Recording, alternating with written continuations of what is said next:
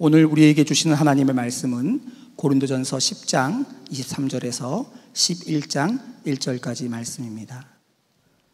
모든 것이 다 허용된다고 사람들은 말하지만 모든 것이 다 유익한 것은 아닙니다. 모든 것이 다 허용된다고 사람들은 말하지만 모든 것이 다 덕을 세우는 것은 아닙니다. 아무도 자기의 유익을 추구하지 말고 남의 유익을 추구하십시오. 시장에서 파는 것은 양심을 위한다고 하여 그 출처를 묻지 말고 무엇이든지 다 먹으십시오. 땅과 거기에 가득 찬 것들이 다 주님의 것이기 때문입니다.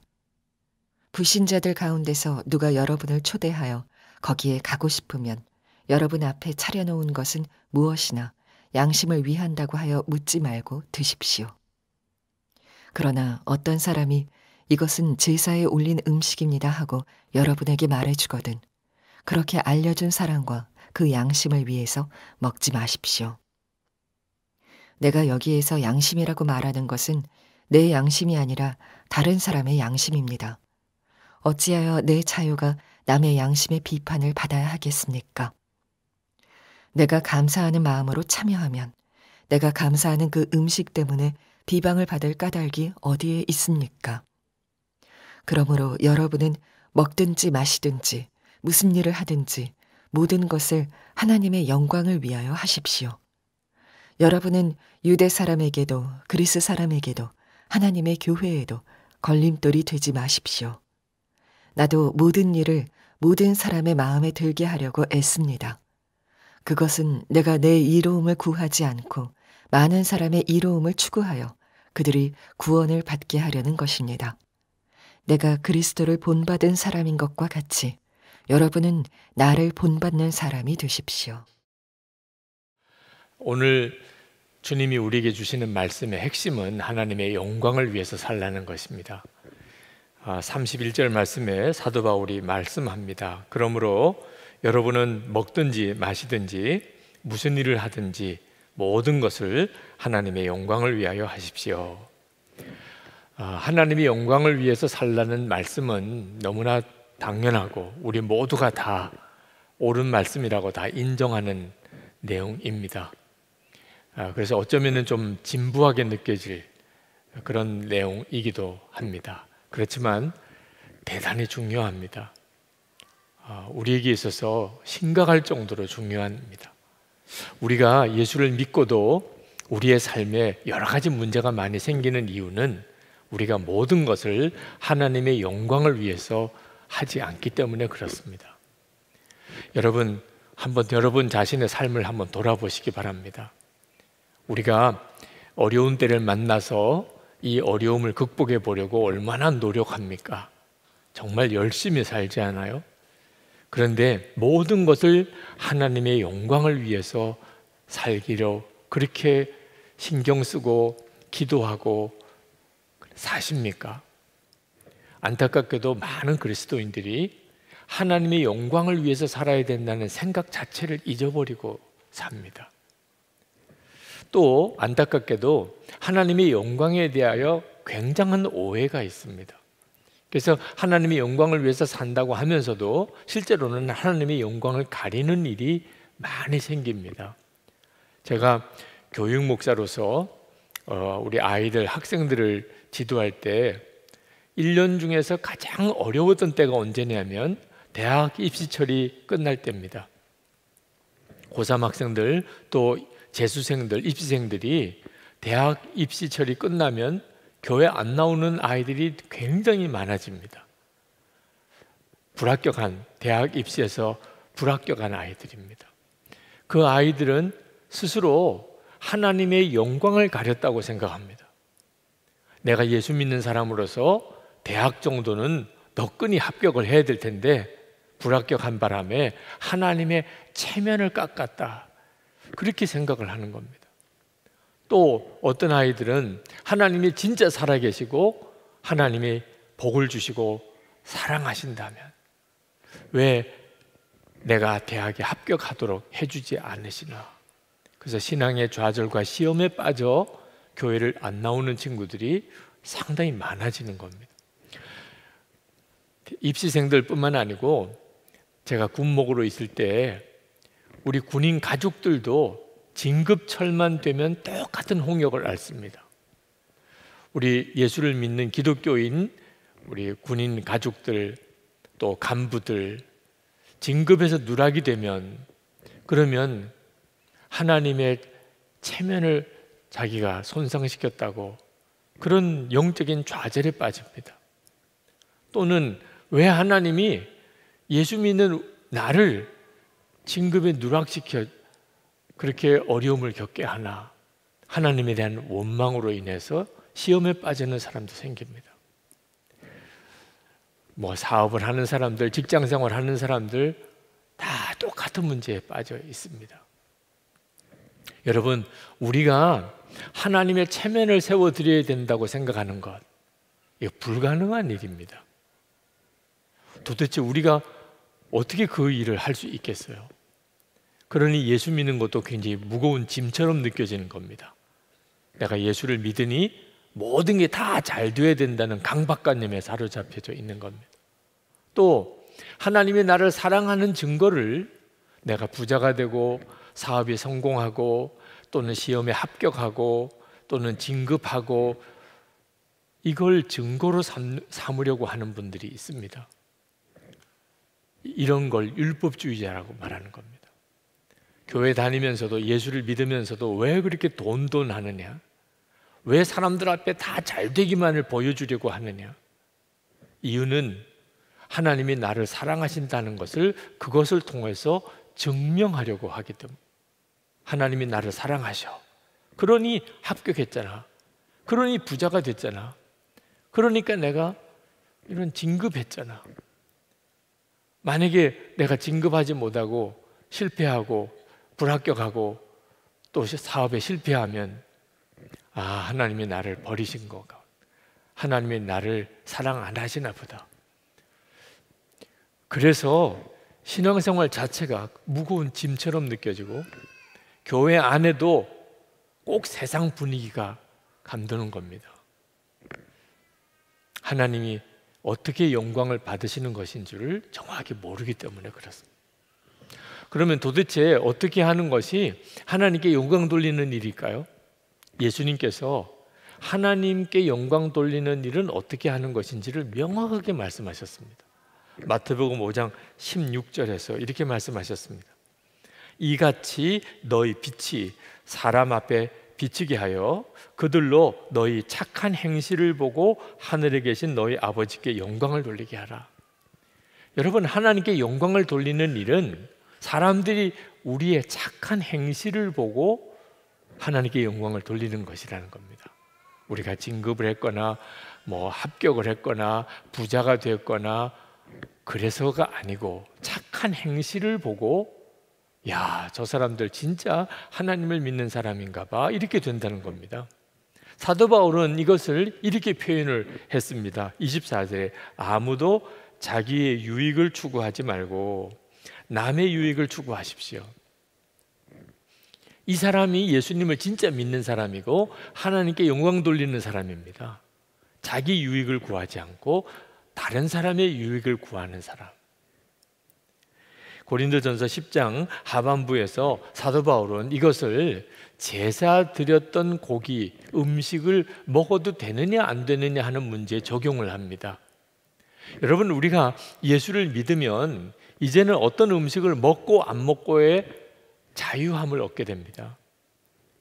제사 드렸던 음식인데 괜찮습니다. 여러분, 귀신에게 바쳐진 제물이라고 궁극적으로 하나님의 것이 아닙니까? 이 세상에는 모든 것이 다 하나님의 것입니다.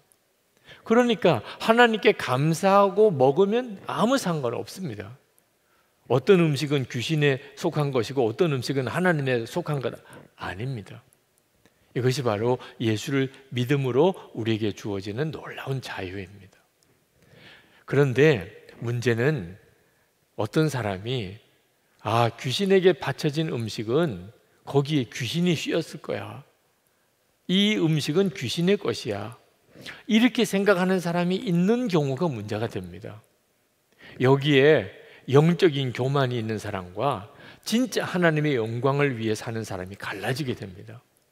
영적인 교만이 있는 사람은 우선순위가 자기가 가지고 있는 지식입니다. 아무 문제가 없어. 귀신에게 바쳤다고 제사 드리는 음식이라고 뭐 하나님의 것 아니야. 먹어도 상관없어. 이런 사람은 영적인 교만이 있는 사람. 그런데 하나님의 영광을 위한 사람은 이것 때문에 이 음식은 귀신에게 속한 거야 라고 생각하는 사람 양심이 시험을 받을 수가 있겠구나. 그러면 안 먹어야 되겠다. 얼마든지 그 고기 먹을 수 있지만 그 양심이 약한 사람, 믿음이 약한 사람 때문에 나는 그 음식 안 먹겠습니다. 이런 사람은 하나님의 영광을 위해서 사는 사람이라는 겁니다. 사도 바울이 25절에서 28절까지 이 고기를 먹는 세 가지 경우에 대해서 말씀을 하고 있습니다. 시장에 가서 고기를 사서 먹을 경우에 그 고린도시의 시장에 나오는 고기는 하나는 그냥 고기를 팔려고 그런 가축을 잡아서 시장에 내놓은 고기도 있고, 또 하나는 신전에 바쳤던 고기가 시장에 나와서 판매가 되는 경우가 있었습니다. 그런데 그 고기를 살 때 이 고기가 어떤 고기요, 어디서 온 고기요 묻지 말고 그냥 이거 얼마입니까 해서 자기가 원하는 고기를 사서 그냥 먹으면 상관이 없다는 거예요. 그 고기가 도대체 어디서 온 건지 묻지 말라는 거예요. 의미가 없으니까. 또는 불신자가 집에 초청을 했습니다. 근데 갔더니 아주 고기 요리를 해서 내왔어요. 먹음직스럽습니다. 그럴 경우 이 고기가 어디서 나온 고기요 묻지 말고 그냥 맛있게 먹으면 된다는. 그런데 그 불신자가 이 고기가 신전에 제사 드렸던 그 고기예요. 그렇게 묻지도 않았는데 그런 말을 하면, 그러면 그 사람의 양심을 생각해서 먹지 말라. 그 사람은 이 고기는 귀신에게 속한 고기인데 예수 믿는 사람도 먹나 이렇게 생각하고 본다는 겁니다. 그럴 경우에는 먹지 말라는.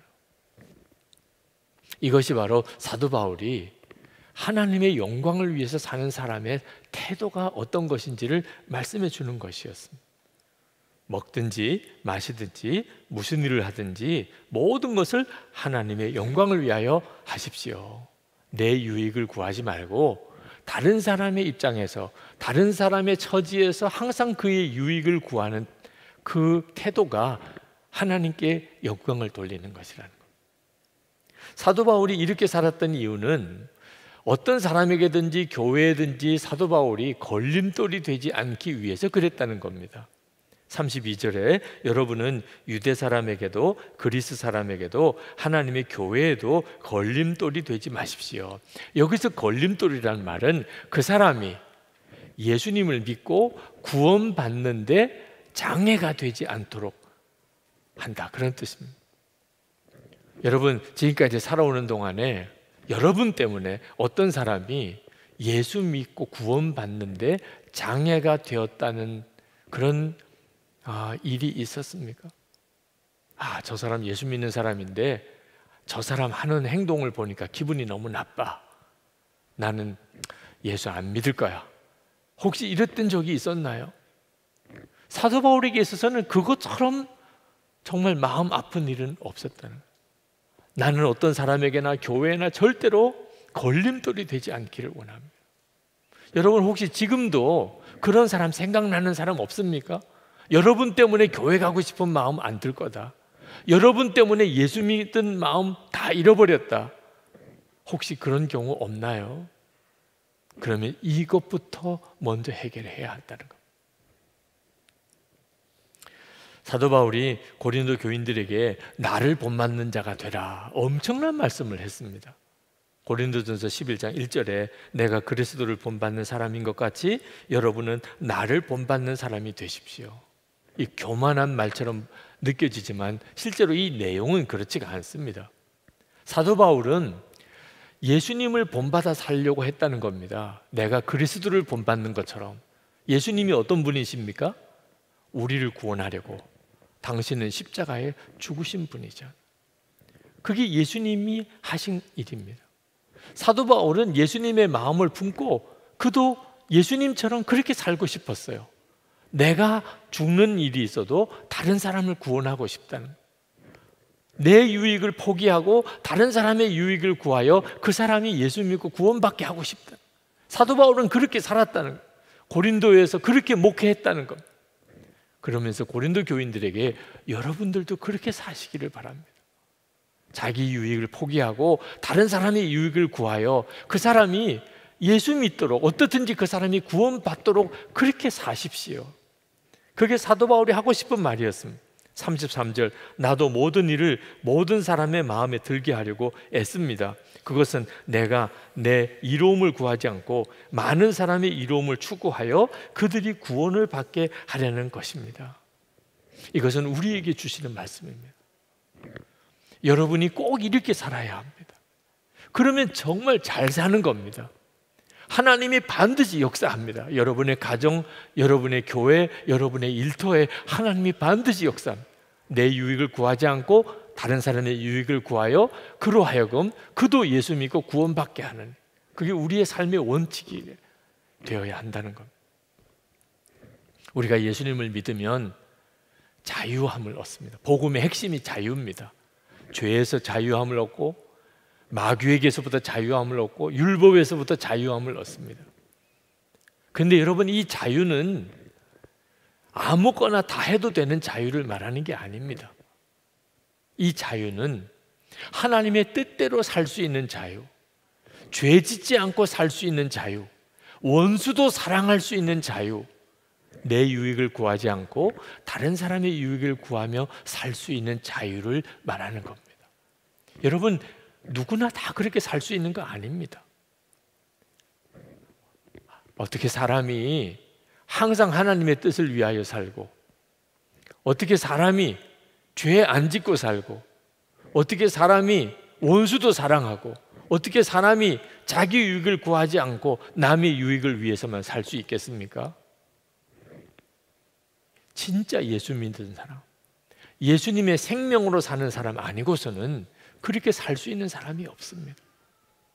사도 바울이 그렇게 살았던 것은 예수님을 정말 마음에 영접하고 예수님이 사도 바울과 동행하는 삶, 그래서 항상 주님을 바라보며 살았기 때문에 그렇게 살았던 것입니다. 독일에 가면 우리 크리스찬 공동체, 유명한 공동체가 하나 있는데 마리아 자매회라는 공동체가 있습니다. 그 공동체를 설립하신 분이 바실리아 슐링크 여사입니다. 이 바실리아 슐링크 여사에게 아주 가시 같은 자매가 있었습니다. 신앙적으로도 온전치 못하고 말과 행동에도 문제가 많고 항상 공동체를 깨트리고 바실리아 슐링크 여사의 마음에 큰 상처를 준 그런 자매였습니다. 그 자매를 바로잡아 보려고 아무리 애를 써도 불가능한 일 같았습니다. 그 자매와 관계가 바로 될 수가 도무지 없었어요. 그래서 포기해 버렸습니다. 이 자매는 도무지 구제불능이구나. 그러나 여러분도 다 경험으로 아시겠지만 우리에게 이처럼 관계가 깨어진 사람이 생기면 고통스러움이 옵니다. 그게 너무너무 고통스러워서 하나님께 그 자매를 고쳐달라고, 바로 잡아달라고 간절히 기도를 했는데 깜짝 놀라는 거죠. 하나님은 그 자매의 잘못을 말씀하시는 게 아니고 바실리아 슐링크 여사의 잘못을 지적하셨어요. 충격을 받았습니다. 주님이 이렇게 말씀하셨습니다. 변화해야 할 사람은 바로 너다. 너는 모든 것이 그 자매의 잘못이라고 생각하지, 내 잘못이 있을 수 있다는 것을 생각하지 못한다. 가장 큰 계명 중 하나가 내 이웃을 내 몸과 같이 사랑하라 하는 것이 아니냐. 그 자매를 향한 너의 사랑이 어디 있느냐. 너는 그를 더 이상 사랑하지 않는다. 사랑하지 않는 것이 죄다. 다른 사람을 용서하지 않는 것은 가장 심각한 죄 중에 하나이며 하나님의 나라에 들어가지 못하게 하는 죄다. 너는 비난하는 자 사탄이 너를 자기 편으로 끌어들이도록 허용하고 있다. 너의 마음속에 비난이 계속 있기 때문이다. 너는 이 자매가 상당히 정서적으로 불안정하다는 것을 알지 않느냐? 너는 사랑과 용서로 극복했어야 했지만 그렇게 하지 못했다. 바실레 수랭크 여사가 예수님의 말씀을 듣고 심장이 멎는 것 같다고 그랬습니다. 주님은 계속 말씀하셨어요. 이제 용서하지 않는 엄청난 죄악과 원통함을 회개할 수 있도록 기도하라. 내가 회개로 불타오를 때 내 피로 사함을 받을 것이다. 나의 피가 너를 깨끗하게 함과 동시에 너의 굳어진 마음은 부드러워질 것이며 원통한 대신 사랑이 흘러나올 것이다. 바실레 수랭크 여사는 그 주님의 말씀에 순종해서 하나님 앞에 이 애통한 마음을 주시기를 기도합니다.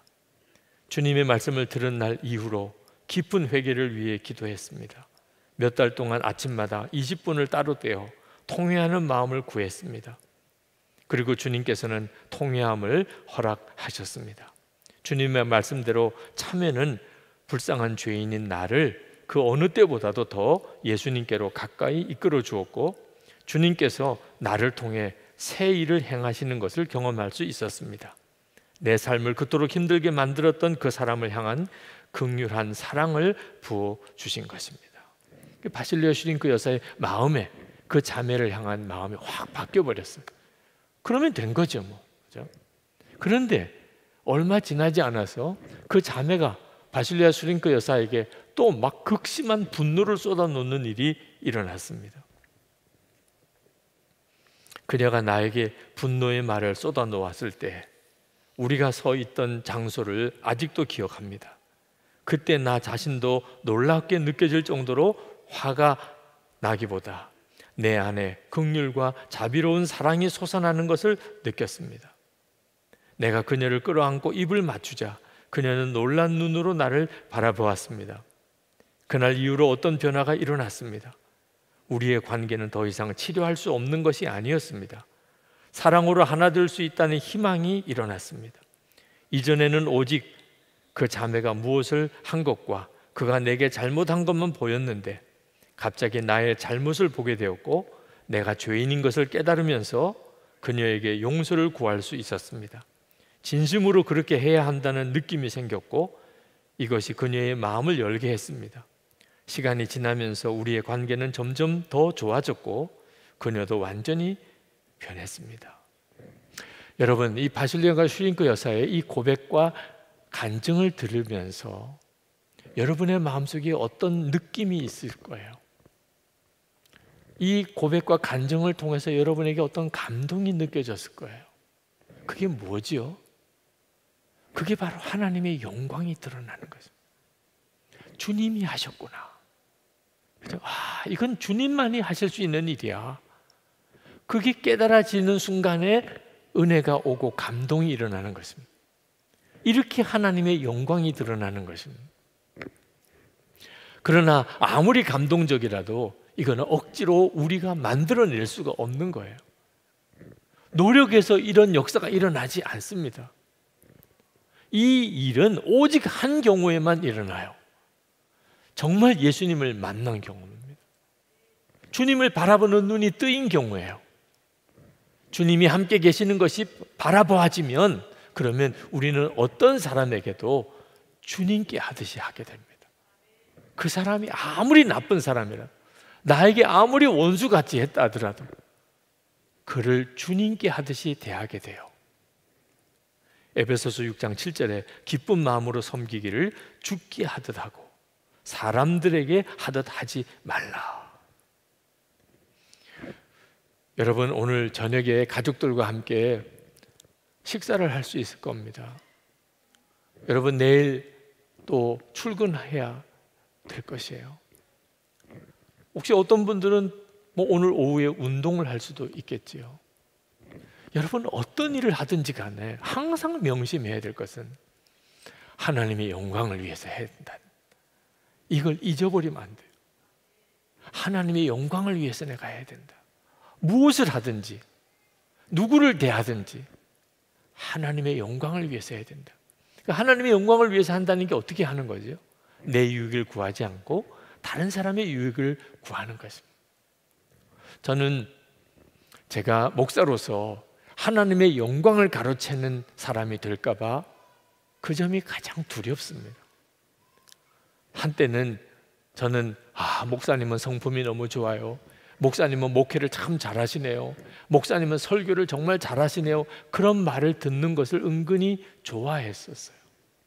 근데 그것이 지금은 너무나 두렵습니다. 왜냐하면 그 말은 제가 나도 모르게 예수님을 가로막고 있다는 뜻이고, 사람들에게 저를 주목하게 하고 예수님을 제가 가로막고 있는 존재라는 뜻이니까 그런 말이 이제는 칭찬이 아니고 두려운 말이 됩니다.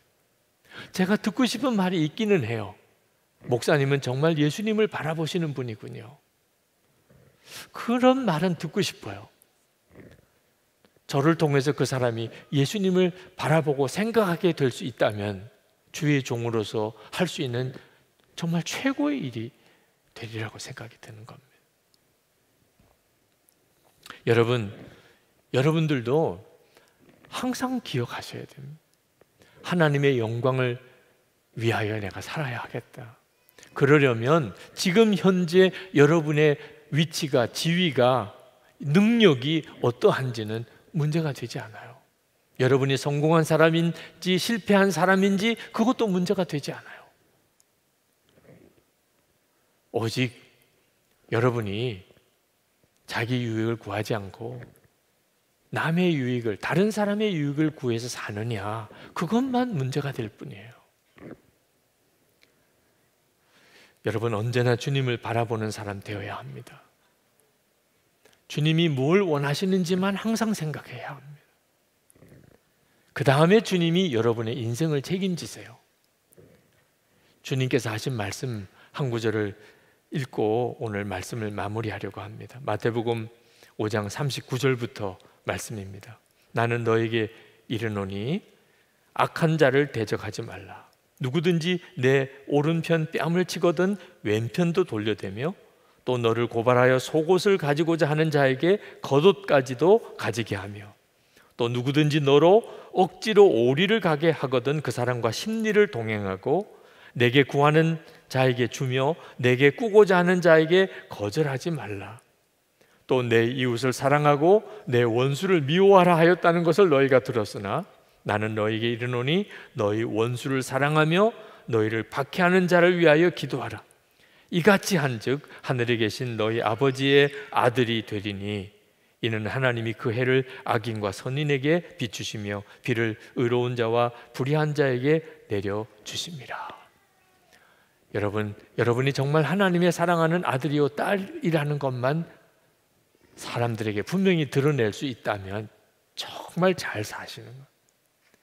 그 다음에는 하나님이 하십니다. 여러분 자신의 유익을 구하지 않고 가정에서 가족들, 다른 배우자를 위해, 부모를 위해, 자녀를 유익을 위해서 사는 것이 우리가 사는 유일한 방법. 교회 안에서 성도들 사이에 내 유익을 구하지 않고 내 주장, 내 고집을 내세우지 않고 상대방을 항상 배려하며 사는 것입니다. 그것이 가장 주님 앞에 잘 사는 것입니다. 세상에 나가서도 여러분이 그렇게 살아서 여러분의 그 착한 행실을 보고 사람들이 하나님께 영광을 돌리게 되기를 축복합니다. 이 시간에 우리 기도하십시다. 하나님, 제가 더 이상 저 자신의 유익에 연연하지 않게 되기를 원합니다. 가정에서, 교회에서, 일터에서 이제는 다른 사람의 유익을 위해서 살겠습니다. 그래서 그 사람들이 하나님께 영광을 돌리게 되기를 원합니다. 그렇게 나를 쓰시기를 원합니다. 기도합시다. 은혜와 사랑이 충만하신 하나님, 놀라우신 하나님의 은혜와 하나님의 역사하심을 찬양합니다. 나의 주, 나의 하나님, 불과 은혜로 더욱 함께 하소서. 오늘도 주님 앞에 나와 예배하는 사랑하는 모든 성도들을 하나님 주의 은혜로 덮어주소서. 눈을 열어 더욱 주님을 바라보게 해주소서. 우리가 정말 원하는, 진정으로 우리가 갈망하는 것은 우리의 삶 속에서 오직 하나님께만 영광이 돌려지기를 원하는 것입니다. 주님, 이제는 더 이상 나를 위해 살지 않겠습니다. 주님이 나와 함께 계시니, 하나님 나를 하나님 자녀 삼으셨으니 이제는 다른 사람의 유익을 위해 구하며 그들이 예수를 믿고 구원받는 자가 되기만을 원합니다. 그렇게 쓰시옵소서. 아버지 하나님, 오늘도 저희들의 예배를 주여 받으소서. 저희들의 마음이 주님을 향하여 활짝 열렸으며 주님의 말씀해 주시기를, 주님이 임하여 주시기를, 주님의 은혜로 충만하게 해주시기만을 갈망합니다. 오늘 말씀을 아멘으로 붙잡습니다. 우리가 이제부터는 어디서 누구를 대하여 무엇을 하든지 오직 하나님의 영광을 위하여 그렇게 살기를 원합니다. 하나님, 우리를 사용하소서. 우리를 구원해 주시고 우리의 모든 죄를 씻으시고 우리 가운데 오시고 우리의 생명이 되시고 우리를 하나님의 자녀 삼으셨으니 이제는 더 이상 나 자신의 유익을 구하며 살지 않겠습니다. 주님께 나는 완전히 맡겨드립니다. 다른 사람의 유익을 위해서 살겠습니다. 가정에서 가족들, 교회에서 다른 교우들, 우리의 일터에서, 그리고 우리가 사는 동네에서 다른 사람의 유익을 위해서 살며 그들도 예수님 안에서 다 구원받는 자 되기만을 원합니다. 하나님, 우리를 그리 사용하소서. 우리를 통해서 하나님이 기뻐하는 일을 행하소서. 하나님의 영광만 나타나게 하소서. 참으로 힘들고 어려운 때를 맞이했습니다. 흉흉한 소문도 계속 들려옵니다. 그러나 우리의 마음의 중심은 오직 주님께 있습니다. 오늘도 주님께 전심으로 예배하고 마음에 하나님께 감사의 예물을 봉헌하는 성도들을 축복합니다. 11조와 건축헌금과 선교헌금, 감사헌금을 주께 봉헌하는 성도들의 삶에 하나님이 기뻐하시는 역사들이 충만하게 일어나기를 원합니다. 어디서든지 흔들리지 않는 그런 믿음으로 주님과 동행하게 하시고 하나님, 병든 육신을 깨끗하게 고치소서. 오늘도 예배하고 찬송하고 기도하고 말씀을 붙잡고 돌아가다가 병이 떠나는 역사가 일어나게 하소서. 성도들의 형편과 처지를 주님이 아십니다. 먹고 입고 사는 일에 허덕이지 않게 하소서.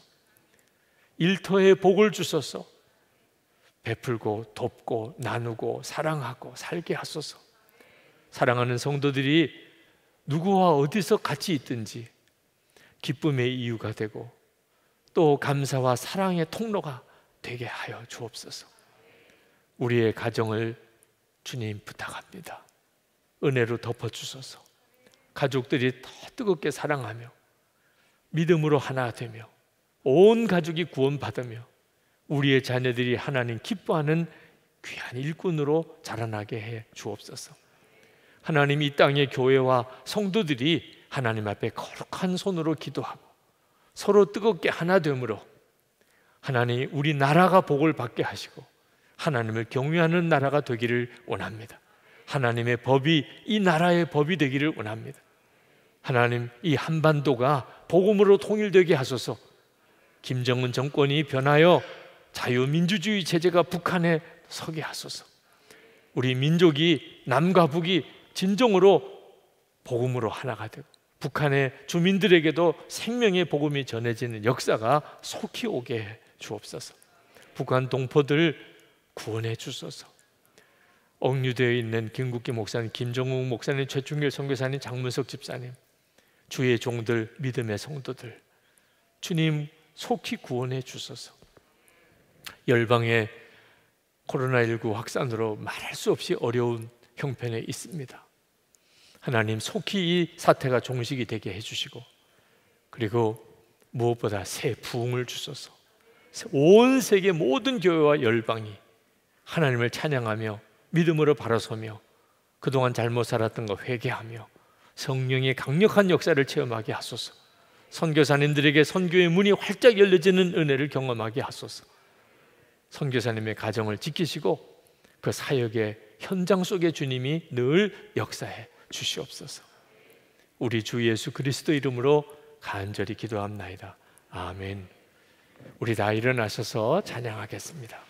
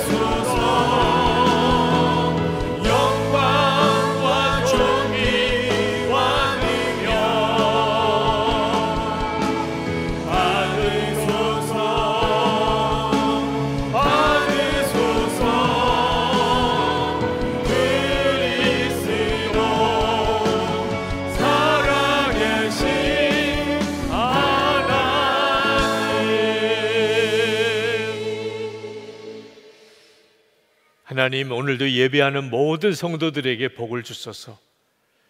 부속실에 있는 성도들에게도, 생방송으로 지금도 예배하는 성도들에게도 주여, 주의 은혜와 복으로 충만하게 하소서. 주 예수님의 은혜와 하나님의 사랑하심과 성령의 교통하심이 충만히 함께 계시기를 축원하옵나이다. 아멘.